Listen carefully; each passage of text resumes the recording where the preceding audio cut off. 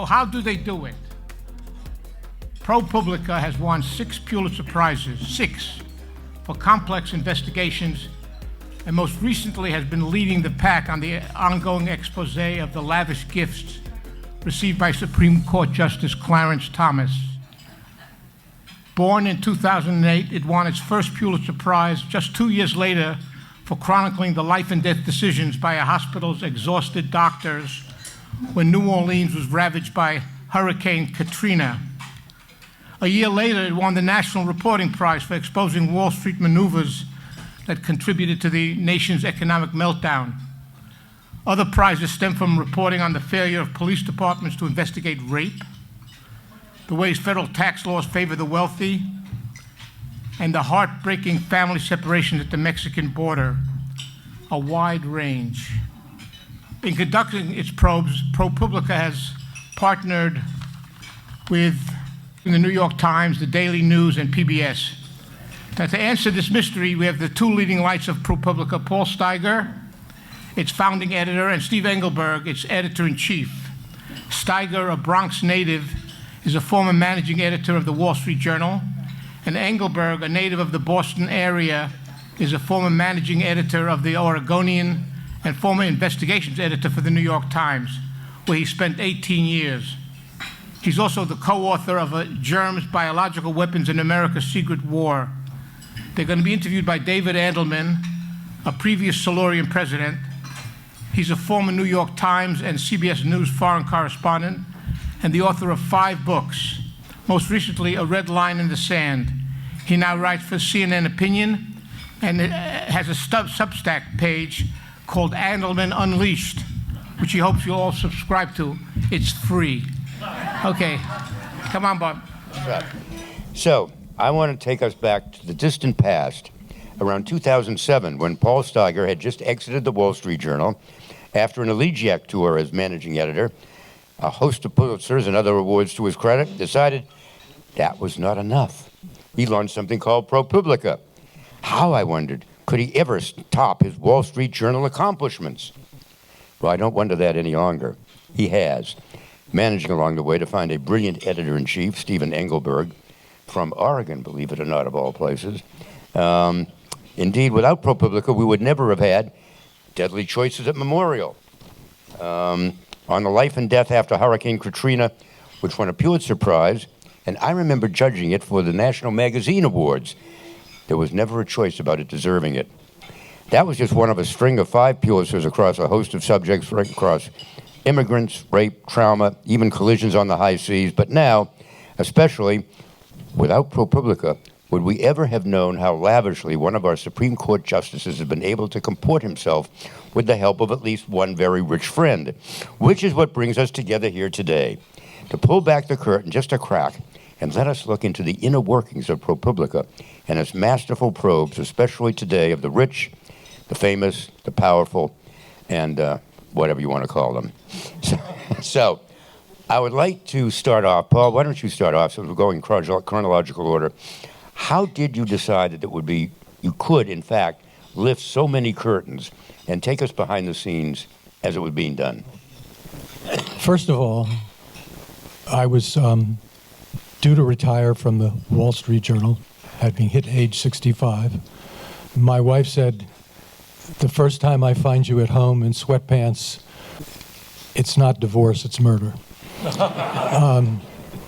So I thought it would be a fun thing to get a job, and lo and behold, I got a phone call from a billionaire couple named Herb and Marion Sandler, and they had started in New York in the 50s, met on the Hamptons Beach before it was the Hamptons Beach.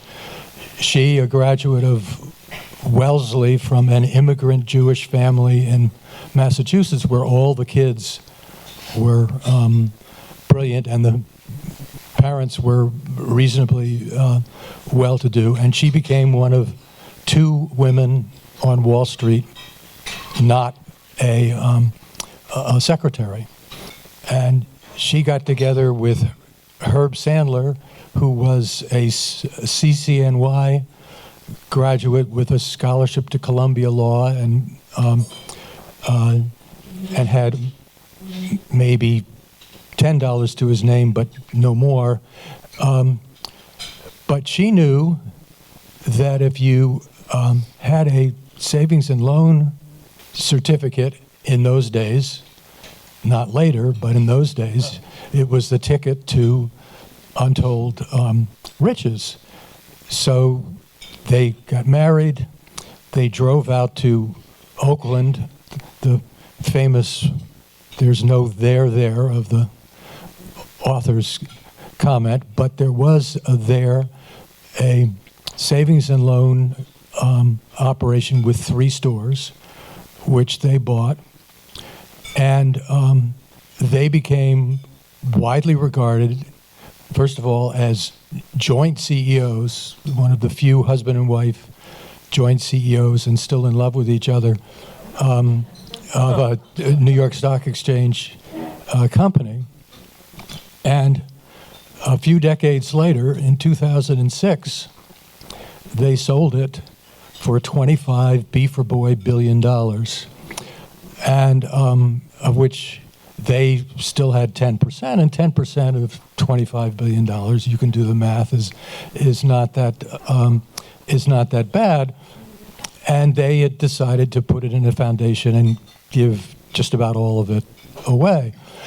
So I get a call from them in the fall of 2006, and they say, "We think that there's a growing need for investigative reporting. We see your business is suffering, and we want to donate $10 million a year, and we're talking to people we know in journalism to get ideas of what to do and what not to do.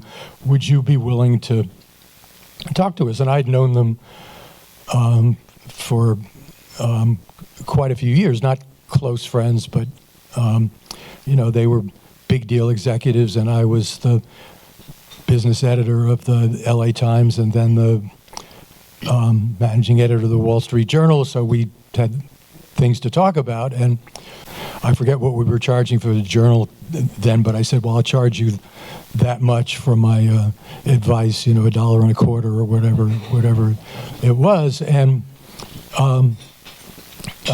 then you're responsible for any actions you take thereafter. I grabbed an envelope of my wife's, her business envelopes, and scribbled down what turned out to be the skeleton of ProPublica, and I threw it in a drawer and forgot about it. So a few months later, in spring of 2007, I get another call from them, and by this time I'd turned over the corner office to the first of several successors at the Wall Street Journal, and I had made up some title. What was it? Editor at large. It was. I had no responsibilities, so therefore I could look for other jobs to do without having too badly a conflict of interest. So the Sandlers said, "Can we come see you?" And I said, "Sure.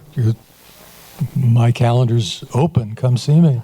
And luckily, I was able to find the envelope, and I described what I thought they should do, and they got very excited. They liked it. They said, "Would I run it?" And I said, "Well, I'm committed to the Journal till the end of the year." I don't know why they wanted to keep me till the end of the year, but they did. And but after that, sure, it sounds like it sounds like fun. So in the interim, I did 2 things. One was really very easy. I had a close friend named Dick Toffel, who was one of the smartest people I've ever met. He's Harvard cubed, and including a law degree, and had been first my outside lawyer at the Wall Street Journal, then one of the inside lawyers, and then when I became the editor-in-chief or the managing editor of the Wall Street Journal, I recruited him to be my management and legal and factotum for all things assistant managing editor, and he loved that until he was recruited. Well, he also loved this. He was recruited away by first the publisher and then the CEO to do the same thing for them that he was doing for me. He was, for reasons I won't go into, was not in a job, and so I said, you know, have I got a deal for you? I sent him to talk to the Sandlers. They got on, and ProPublica had its first employee. So I was still employed by the journal, but he was unemployed, and now he was the first employee of ProPublica. So now I say, okay, I've got somebody to do everything but the journalism. Now I need somebody to do the journalism. Then I can wear sweatpants. And I had never met Steve, but I knew him by reputation, which was fabulous. And yes, he'd done great work at the Oregonian, which I'd seen in the Pulitzer entries, and but also he'd done great work at the New York Times when it was at a time when it was more difficult to do great work at the New York Times, and he'd been in Poland, he'd been in, you know, Lord knows where else. Or in Pelham, he lived in Pelham, where several Wall Street Journal luminaries lived, and it happened. I was on the West Coast visiting my kids and grandkids. I called him up in Portland, said, "Can I come see you?" I said, "This is what I'd like to see you, whether you're interested in doing." We talked about it for, what was it, just an hour lunch, but I knew this was the guy. And I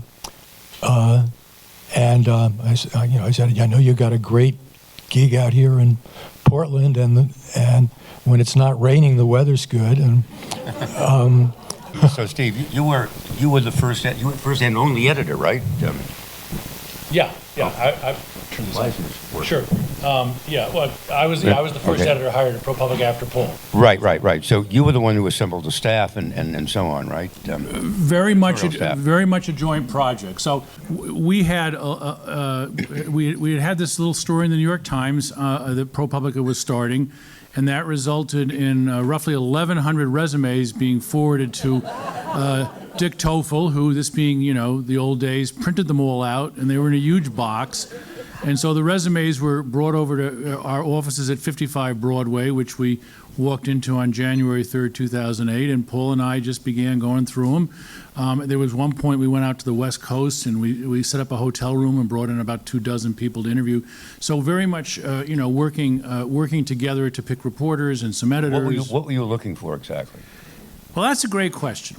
People always ask us, what are you looking for in a ProPublica or an investigative reporter? And, you know, there is this sort of, what is the word, kind of priesthood of investigative reporting, these people who go to the, investigative reporters and editors conference. They're all in a corner somewhere. You do one story a year. And certainly some of those guys are, you know, some of the most famous names you could imagine.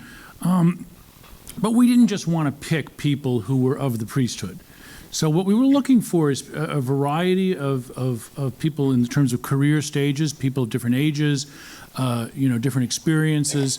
We wanted people who were curious, and most importantly, we wanted people who really could work well together, because we were starting something, and Paul's theory from the very beginning was that we had to insist, this is so old school, that people come and live in New York and work in a New York newsroom and come to work every day. Imagine. Crazy. Stunning. Crazy. Stunning. I don't know where he got the idea that this could work. And so we did say to people, you have to come here. Now, I will say we had one great assist. I always say that there are 3 people who should be credited with the crucial parts of the early days of ProPublica. Of course, first the Sandlers, because let's face it, $10 million a year, allowed us to then go out and raise money and not say to people, we have an idea that might work. We could say, we're doing this, look at what you can help fund. Second, of course, the hiring of Paul Steiger, which was unquestionable, instant credibility, allowed us to recruit some of the best in the business. But then, a man whose name doesn't come up often in the context of investigative reporting, Sam Zell. Sam Zell. Sam Zell was a ProPublica hero. The real estate magnate. Yes, the real estate magnate who at the time had just taken ownership of the LA Times, which was a fine, fine newspaper with some of the best reporters in the country. And he went into the Washington Bureau and announced to the entire Washington Bureau in his first meeting with them that they were all overhead and he didn't know why they were there. He had a meeting somewhere else where somebody said, he said, we need more readers, you'll do what I tell you. And some photographer said, what, do you want me to put pictures of dogs on page 1? And he said, if I say you put effing puppies on the effing front page, that's what it'll be. So this got around, and of our 18 first hires, I believe 5 or 6 of them were from the LA Times. Including the incredibly talented Charlie Ornstein and Tracy Weber, who pitched up in our office when we had 1 slot left. They had won the Pulitzer Prize for an amazing investigation of a hospital in Los Angeles that was very, very broken. They were the stars of the LA Times. And after they left, and first thing I was totally confused because it turned out they weren't married to each other. They were work partners, and they were, They weren't lovers. No, none of that. None of that. They were just good friends. And we had 1 slot left, and I said to Paul, we have to do this, and he said, well, I'll find a way, which is what he always said. And we brought them in. They are now, by the way, the 2 managing editors of ProPublica. So that early push that Sam gave us is just, we are so grateful for that, and that was a huge thing. So that raises a very important question. You can both probably answer that, I hope. What is the secret sauce? In other words, how do they go about doing all of this? How do they get their scoops, as it were? What motivates them, and what procedures do they follow? Well, you know this. You've been in this game for a long time. You do So is everybody in this room, million, by the way. right? You do it a million different ways. But I'll take the first not the first example, not the first person we hired, but our first Pulitzer Prize winner, a young woman named Sherry Fink, who happened to have both PhD and MD degrees from Stanford, but she wanted to be a journalist. And she turned out to be damn talented as a journalist. And she had been working already as a freelancer on the story that somebody alluded to earlier about this hospital in New Orleans that had gone to hell because of the flood. And one of the things that they did was decide to feed, the doctors decided to feed mortal qualities of morphine to patients who they felt might not make it and might not be able to Be moved out of the hospital. Because the water was up to the third floor. And so they put, this is not made up, they put yellow diamonds on these beds of about 18 of those patients, and a number of them Didn't make it. Didn't make it, and someone who got the yellow star was accidentally rescued by her relatives, who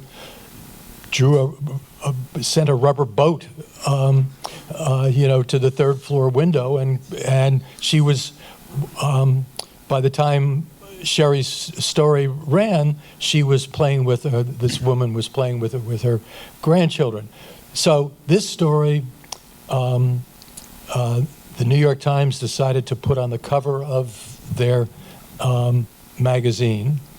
And So how did that partnership work? And you've done a lot of partnerships like that since then. Do you feel like you're giving away some of the, some of your best candy? Well, let me go back and answer your original question and then get to that, because I think, if there is a secret sauce, and I know a lot of former colleagues are in here, they'll appreciate this.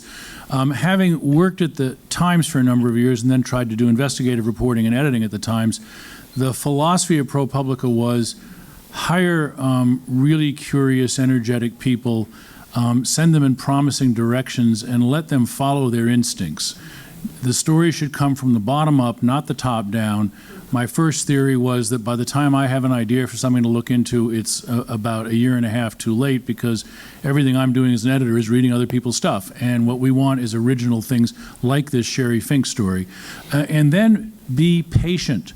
Be more patient than you could imagine, because great reporters will ultimately, through the chaotic, misdirection, errors, and then redirection, they will find their way. And if you trust great reporters with great ideas, you're going to end up with stories like this. So that was, if there's any secret sauce we have at all, it boils down to trust your reporters. Sometimes we overshoot and we give people too much time and the story isn't worth it. But I will say, almost every success ProPublica ever had, there was a moment where a sane person would have quit before the good stuff arrived. So before we turn this over to everybody else here, who I'm sure has many questions. Yes. The elephant in the room is Clarence Thomas. Sure. And I'm sure everybody really wants to know the gestation of that. How did it come about? What was the secret sauce there? How much time did it take the reporters to get to that, and what did they go through? Yeah, some of this, of course, involves some confidential sources, but the basics sort of follow what I said. With one small exception. We came into this year saying, wow, this is an epical year for American democracy, and we should have a group of people who are thinking about various aspects of the democratic system under threat or change or stress. And we did say to two reporters, neither of whom wanted to do this, that maybe the court system was an undercovered arena. I must say I was a little bit influenced. Our former colleague Dick Toffel, who is a polymath of the best sort, writes a column on the worlds of journalism and law and so on. And he had said, why isn't there more investigative reporting about the courts? There should be. And so he was one of several people who just got us going in that direction. And again, I would say the record does reflect, we had to twist the arms of both of the key people on this to say, no, this really could be good. Now, our idea, myself and managing editor Tracy Weber, was, how about the state courts? That must be good, right? They're not covered by anybody, and that's a nice place to look. And the reporters came back and said, after about 4 or 5 weeks of just kind of fumbling around in various places, they said, the Supreme Court, I think there might be more there. And I said something along the lines of, well, gee, didn't the LA Times do something years ago? And I said, yeah, but we think it's not done. There might be more.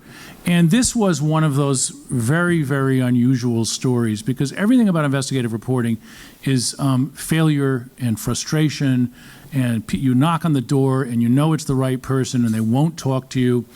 I have a vivid memory before the internet of spending an entire work week, like 5 full days, to find the unlisted home number of the former CIA station chief in San Salvador and El Salvador, back when that mattered.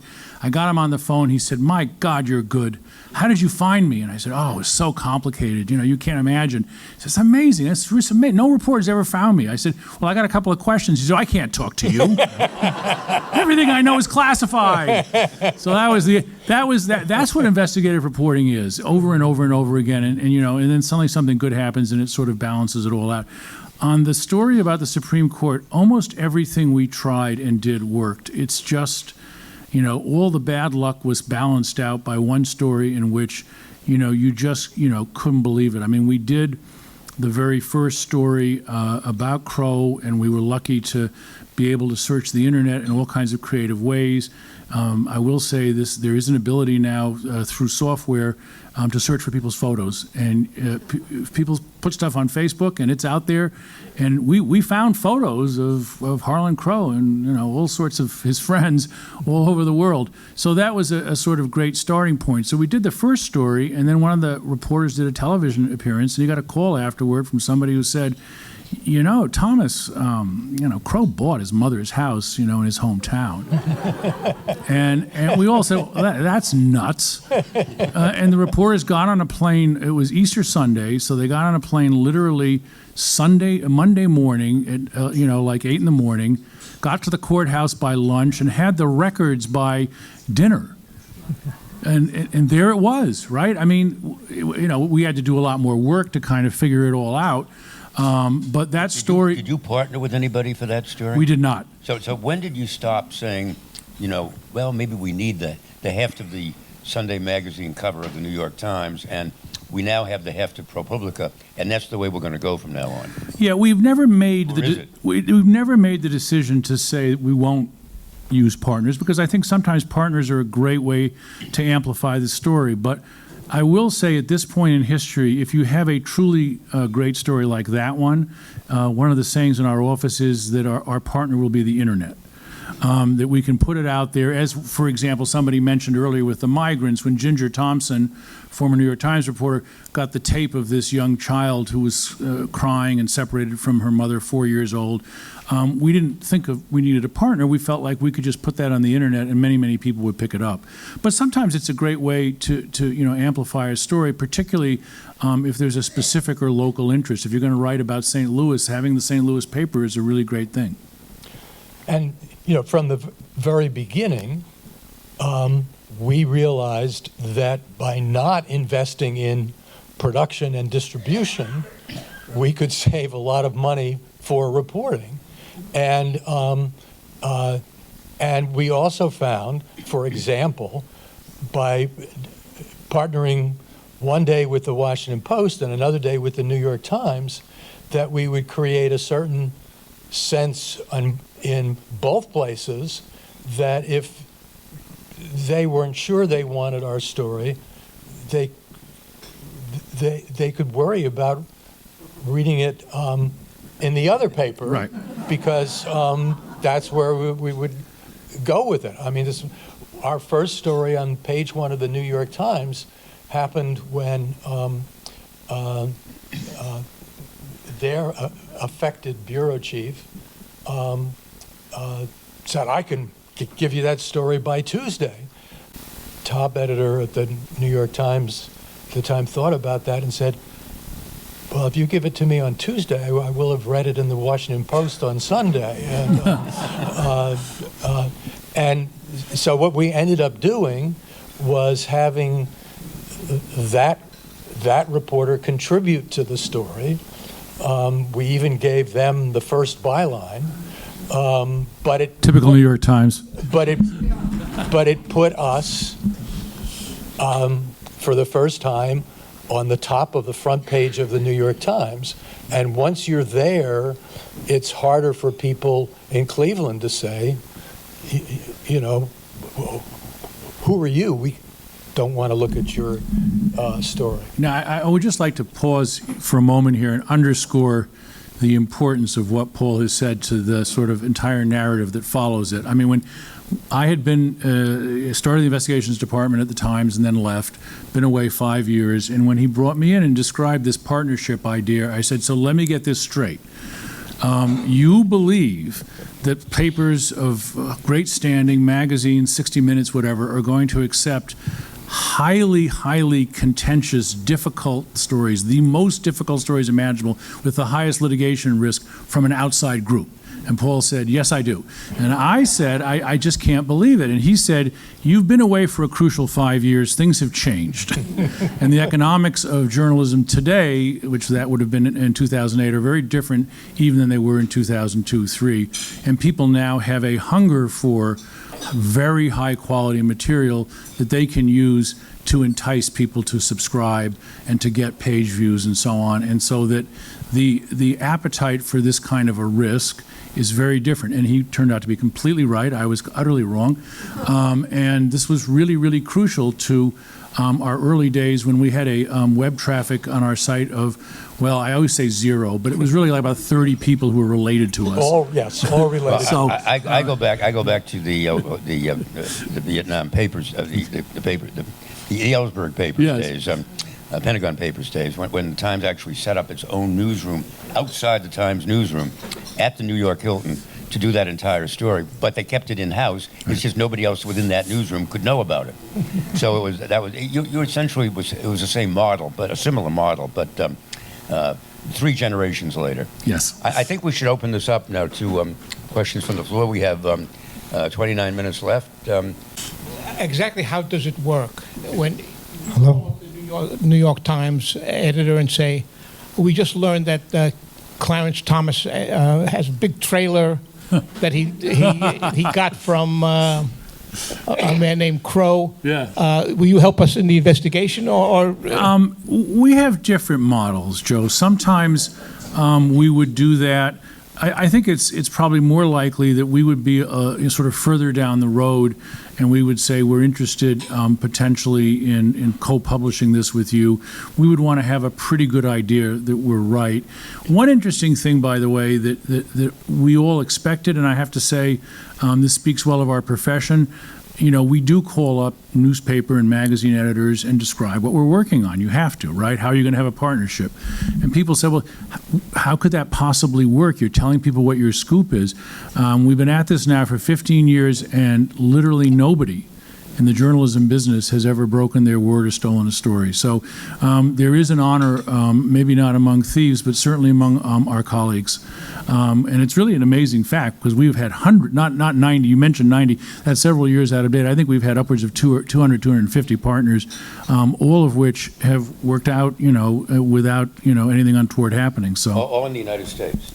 no, we've had some overseas too. Sometimes we have done stories that have, again, where partnership helps. We once did something about a war crime in Guatemala. We partnered with a Guatemalan newspaper to get that out there. Another time we did a very serious investigation of a American-run charity in Liberia, where the people who ran it were abusing the children in their care. We partnered with several Liberian outlets to the point where this was amazing. It's never happened before or since. They were on the streets chanting and waving signs about ProPublica, in Monrovia. So, I mean, that was cool, and we have done things like that. So, yes. Can I go ahead.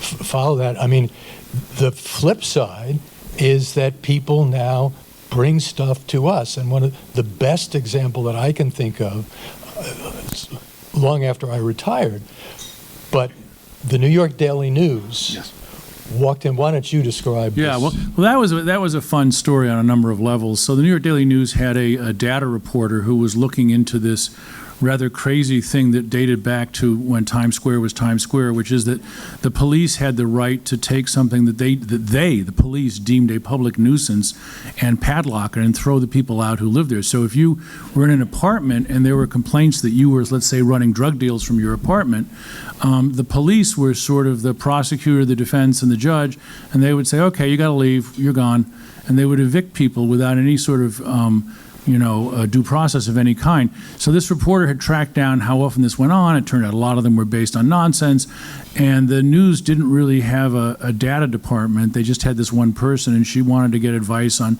how to do the data. We're very good at data. I went and talked to the Daily News editor. He was fine with it. So we ultimately were the editors on the story. We added some reporting and did all the kind of data verification stuff that you needed for that. Who gets the Pulitzer then? Well, as far as I'm concerned, it's the Daily News' Pulitzer. We always are proud to say we played a part in it. We published it and we played a role. But I do remember going over to the editor of the Daily News at that time, who was fired before the Pulitzer ceremony, weirdly. And I said to him, Jim, it sounds crazy, but this is a really good story. I mean, I said, I'm on the Pulitzer board. There's no guarantees of anything ever, but I mean, I've seen worse. And then we got to be a finalist, and I thought, oh my God, it might happen. And then it won the award for public service that year, which is an amazing gold medal. And so none of us ever. Well, the Daily News one. I think the book says the Daily News, and it should. It was her story, Sarah's. But ProPublica got a mention. We're always proud to say, and we helped. And what happened thereafter, I think, is some of your donors said, you should do this, you should do more of this, and we'll give you money to do it. And you did it in Alaska and got another gold medal. Well, I mean, just pushing forward. I mean, this thing was actually right before Trump was elected. So Trump gets elected, and you may remember in many newsrooms there was a lot of confusion, sadness, and many, I would say half a dozen of my reporters came and said, we don't know the country well enough, I want to move there. And I said, where? And they said, well, I don't know, St. Louis, Chicago. I said, you know anything about those places? No, but it's where it's happening. We need to understand there. So we sort of all did what a lot of newsrooms did, which is said, okay, well, what can we do that actually makes sense, which was not necessarily moving people there. And one of our mid-level staffers looking at this Daily News thing came up with a brilliant idea, which we are still doing, called the Local Reporting Network. So the idea was that we would set up a program, and we got donors to support this, where newsrooms across the country could pitch a one-year project, and we would pay the salary and benefits of their reporter in their newsroom, and then provide all of the suite of skills that you can get from a full-scale newsroom. So we would give them data help, design help, create interactive news apps, editing, photography, all the things that we do to make ProPublica stories great. We hired additional people to serve these projects. And one of them was this Alaska thing, which did also win the Public Service Gold Medal, where we were working with them on a project that they had pitched about Native women disappearing and not having any investigation of that.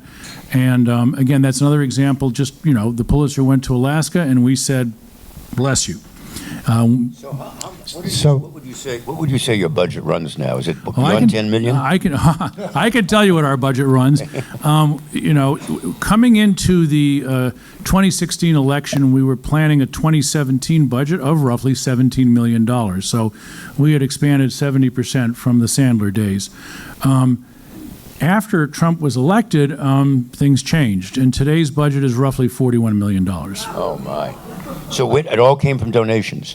Yes. Yeah, that was my next question. Sure. Your partners give you stories. Do they also give you money? No, they don't. We have more broadly, how do you survive? Why do you not insist on some contribution? It's an interesting thing. I mean, we really take seriously this sort of nonprofit thing. First of all, our basic model is that every story is available for free on the website. And very early on, Paul and I came up with this idea, a little box on the website that says, steal our stories, meaning that if you so wish to take a ProPublica story, as long as you publish all of it, so legally it's the thing we can defend, you can have it. So we are basically, the model is somebody other than me on the business side raises lots of money and I spend it.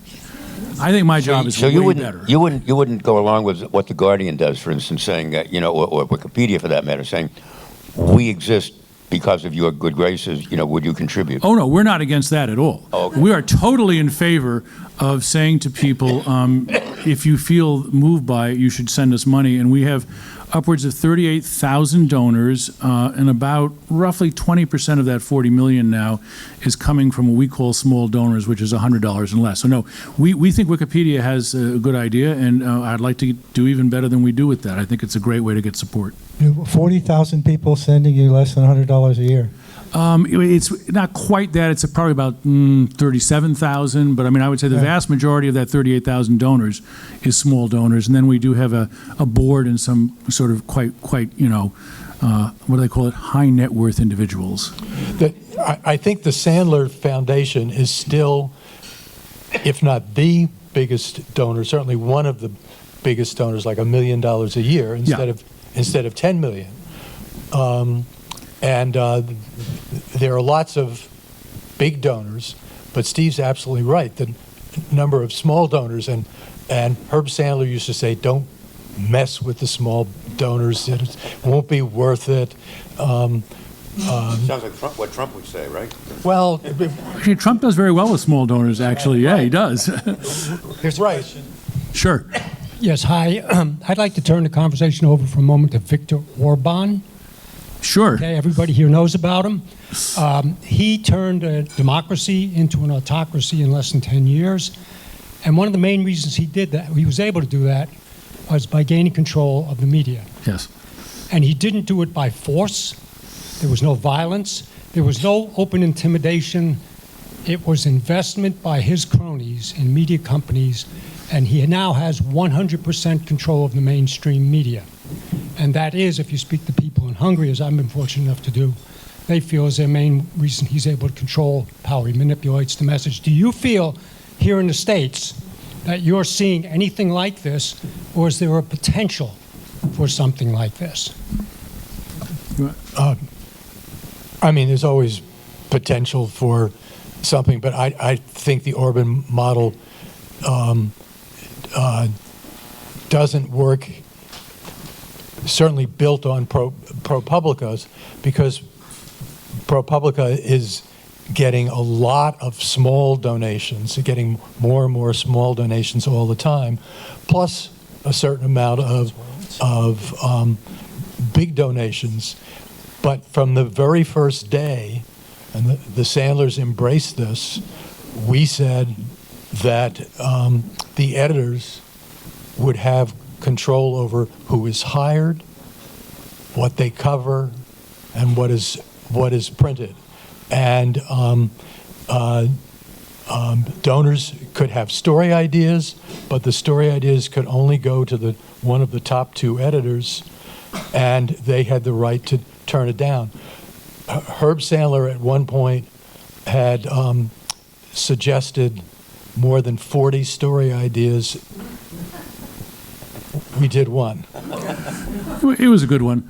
I mean, the Hungary thing, David and I were reminiscing about our time in Eastern Europe. We both were correspondents there at slightly different eras, but similar ones.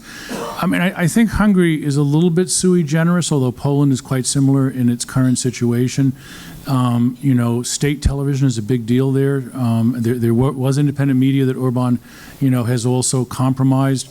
I think it's probably much, much more difficult in our media landscape to get that kind of control. But sure, I mean, you look at Hungary and you can see a kind of game plan that other people are clearly interested in following, and I think you have to pay attention to it. But then we haven't seen what it's going to be like during a second Trump administration. Yeah, if there's a second Trump administration, it would be interesting to see what happens. Get a question here. I'm Donald McNeil. Can you talk about how you handle the legal liabilities on your stories? Yes. I assume you probably have your own legal department. You carry libel insurance, or how much do your partners end up picking it up? Do their lawyers vet them after your lawyers vet them, or how does that all work? All of the above. Well, I should say, for those in the room who are from the Times culture, you will understand my confusion on the following. So we had Dick Toffel as our general counsel, and it was a small office. And at the Times, at least in my day, certainly you did not lawyer each and every story. Now, the Journal seems fond of this, right, Paul? Yes. The Journal believes that since money's at stake, you should lawyer everything.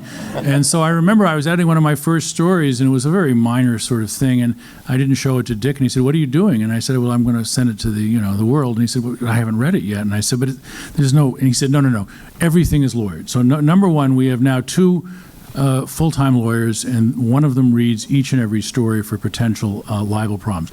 We do carry libel insurance. The premiums have skyrocketed in the last few years as more and more people are going out and filing, kind of speculative or low probability lawsuits that cost you money. We do not indemnify partners, so we invite the partners to read carefully, and we say, if you publish and we write and you vet, we're all in the dock together, and we will obviously be bearing the legal costs together. Have you ever been sued, and have you yes. ever been recovered on? No. We have been Have sued. you ever settled? We have sued. We have never settled. We have been sued. We have prevailed each and every time.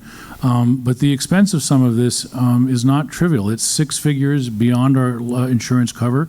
We have a deductible, and then there are things beyond that. So the legal environment is not necessarily great for investigative reporting. I would not trade this country for any other country on earth, but it's gotten worse. Have Clarence and Ginny threatened to sue you? Have Clarence and Ginny No, threatened to sue you? they have not. We don't hear much from them, interestingly enough. My sense is that if they have anything to say, we'll read it in the Wall Street Journal editorial page. Thank you. Hi, Steve. Hi, Steve. Steve Greenhouse. So first, congratulations on the amazing work you and everyone at ProPublica has done over the past 6, 7, 8 years. So over the past 10, 20 years, we've seen certain forces try very hard to delegitimize the New York Times, the Washington Post, CNN, NPR, to say, this is not credible stuff, you're all communists. Have you at ProPublica faced similar attacks, and how have you responded? Then I have an implied question for Mr. Steiger. Sure. Sorry. Did you ever feel pressure from Mr. Murdoch to color, I'm not talking about the editorial page, color the news coverage at all? First of all, Rupert and I were ships passing in the night. He won the takeover battle in the summer, but he actually moved into the office in the middle of December, and my retirement was the last day of December. But Would you have retired anyway? what? Would you have retired anyway? Actually, my wish was to be 1 year younger, because then he would have fired me in the following year, and I would have gotten change of control money, and it would have been a lot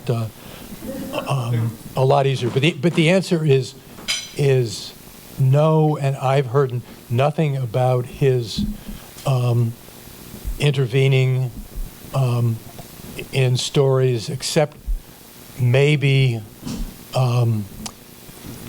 when his newspapers in London were in serious trouble. I think that there was some at least raising of eyebrows for the London bureau, but nothing that anybody would quit over. And in this side of the pond, he's, I'm not there anymore, but I know that, one of the biggest stories where he was personally involved was I forget the name of the company, but the woman who had this blood. Theranos. And the Journal's reporter blew it completely out of the water, and Rupert had something like $100 million invested in this, and he never did anything to pull back the story. I mean, that's, he's a billionaire, but $100 million is a lot of money. And Steve, in answer to your question, I don't think anybody in the current media situation is going to be immune from this. Much as Homer used to say, "Rosy-fingered dawn," we're the Soros-backed ProPublica, and of the amount of money that we get from the Soros, we're talking about I think last year 50,000 or something out of 40 million. Doesn't matter. That is our ID. Every time, a certain segment of the media write about us. So, yeah, absolutely. David Margolick. To what extent... Hi, David. Hi, Steve. To what extent do you think you guys have inspired other news organizations to set up investigative units of their own, and conversely, has encouraged them to scuttle any because they figure ProPublica will do it? Or third, why hasn't another ProPublica come along to compete with you? Well, A couple of things. I mean, I think this has actually, this model, which turns out to be surprisingly viable, has inspired a lot of people at a lot of levels to start nonprofits. I do think that that has happened. You know, my sense is that we, you know, from the beginning, we understood this. We are not sufficiently, you know, we have a large staff by where we started. We started with about 25. We now have about 180 editorial employees, so we're obviously larger. But there is no local publication that could ever depend on us to do what they need done. And I do feel like, led by the Times to some extent, but also potentially by people like us, it has become clear that on the internet, the single most smart, profit-oriented strategy is to obtain unique stories. That the argument, if you want subscription to be the thing that saves journalism, then in order to charge people money for something, you have to give them something they can't get for free. And so I think in general, the sort of arc of this has been a little bit different than what the Sandlers anticipated. On the one hand, I think they were prescient in suggesting that the business model was broken, and we've seen the kind of collapse of regional newspapers. When I arrived at the Oregonian in 2003, we had 420 editorial, full-time editorial slots. Today, about 70. So that is typical in American journalism. So in that sense, investigative reporting inevitably takes a potential hit at that point. But if you have 70 people left, you better devote some of them, as they do at the Oregonian, to breaking news, because you're asking people to pay a decent sum of money every month. And why would they do that if all they can get is what they can get everywhere else? So I think investigative reporting is a little bit on the upswing, but you know, journalism in general very much under pressure economically. You have a partner with the Oregonian? Oh yes, absolutely. Absolutely. Editor there's an old friend of mine, and we also partner with Oregon Public Broadcasting. We are, you know, and we've now opened a regional office in the Pacific Northwest. Could you tell us in even more detail how you got the Clarence Thomas story, or if you feel you've said what's interesting in that another story, because it's really fun to hear the step-by-step of how you do it. I mean, I think just in general, what has been sort of really encouraging about watching this work, I mean, and you know, it is one that I hope people take to heart as if they're young journalists. You know, there is something of a habit in journalism today of, and I understand why people do this, you know, you do interviews by text or by email, or you call, you don't meet people, you know, it's all, you know, send 10 emails and hopefully you get one answer. And there's nothing wrong with doing that.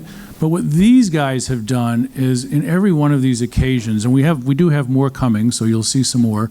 I was just reading a draft today. But in every one of these things where a place is identified where they have gathered, members of the Supreme Court have gathered, you know, there's always a server. There's always a bartender. There's somebody who makes the beds. There's somebody who swept the walk in front. And, you know, these reporters have tirelessly tracked down who those folks are and then gotten on airplanes and flown all over the country and to some extent all over the world to talk to them. You know, I mean, that first story, they were tracking down deckhands on the, you know, the trip to Indonesia. And it is as old school can be. And that, as an old guy, gratifies me, because you know, this is what investigative reporting should still be. I mean, people will not necessarily talk to you when you send them an email, but if you show up on their doorstep and you are as charming as many of the people in this room have been in their careers, then it works. You had a question? Hi. I'm just curious, there's a lot of online news organizations, investigative news organizations right now. So I'm interested in, as you see more of these develop, both domestically and globally, who do you see coming online that you find interesting? Who's doing some interesting work? Who are you kind of eyeballing? Yeah, that's a great question. I mean, I think that, you know, what we've seen is not so much kind of full service things, but you do see, you know, Politico is not a newcomer, but I think Politico does excellent work. You know, I learned things from Axios. I think on some level the distinction is without a difference, because today everybody's an online news organization. You know, I think the New York Times would tell you they're an online news organization. The Journal certainly is. And so I find myself closely reading all the old guys, and then some of these newcomers as they're arriving and sort of forging areas of expertise. I think if you want to know something about criminal justice on any day of the week, you should be reading the Marshall Project. I just think these are, it's more sort of in specific areas where you really have to remain. I would say Inside Climate News on environment and climate is very strong. So. Do you guys see yourselves as journalism heroes in this era as we're going into the 2024 election? How do you look at yourselves? Well, and also, what are your plans? Well, why did I start? Well, I can imagine what the answer is going to be, since Paul Steiger is one of the most self-deprecating heroes I've ever met. So, Paul, are you a hero? No. Of course he is. I had somebody offering to give me a pile of money to spend it on my favorite thing, with some people who were already my favorite people and others who would get to be my favorite people. What's heroic about that? Let me just say, as usual, Paul is way too self-deprecating.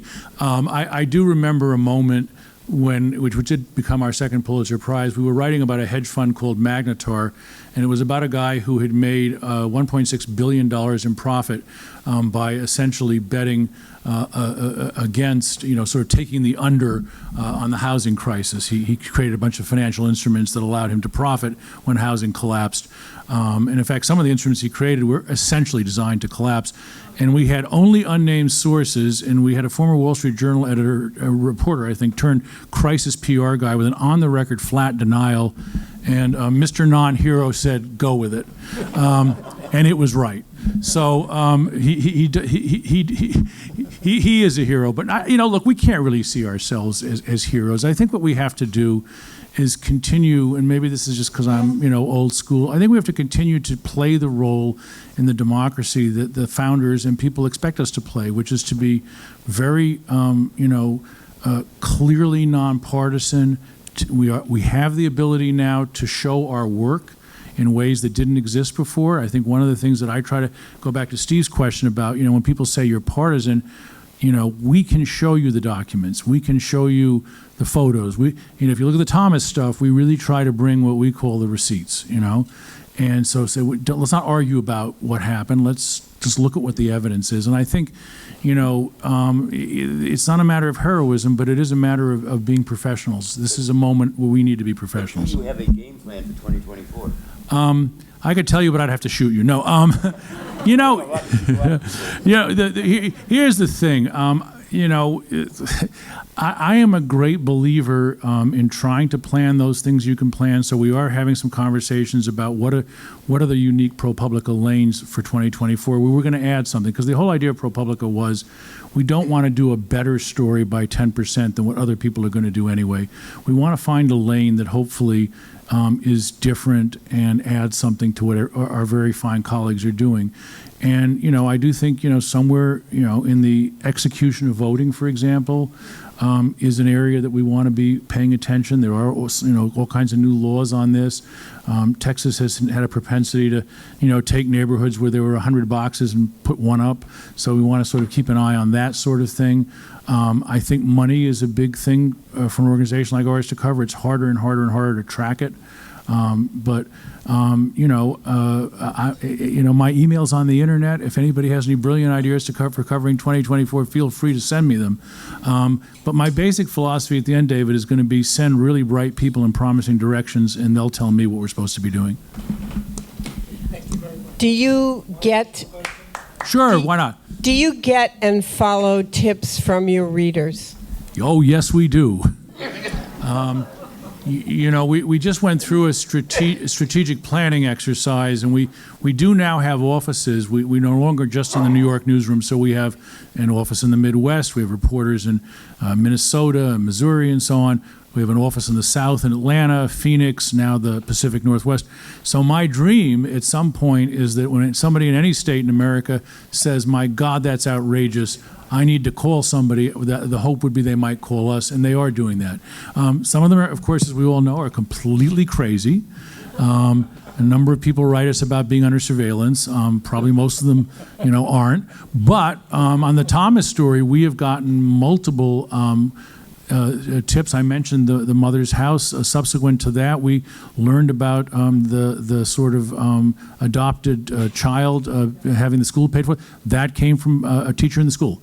So, people do call, and we follow up on it, and it is often quite productive. Thank you very much. That's Thank you, Joe. You're here. And remember, Andelman Unleashed on Substack. If you need a link, come see me. Thanks, everybody. Remember, Okay, thanks. In October, we're going to do the New York Times Spare. All right. Thank you, Dave. It was fun. Wonderful. Yeah.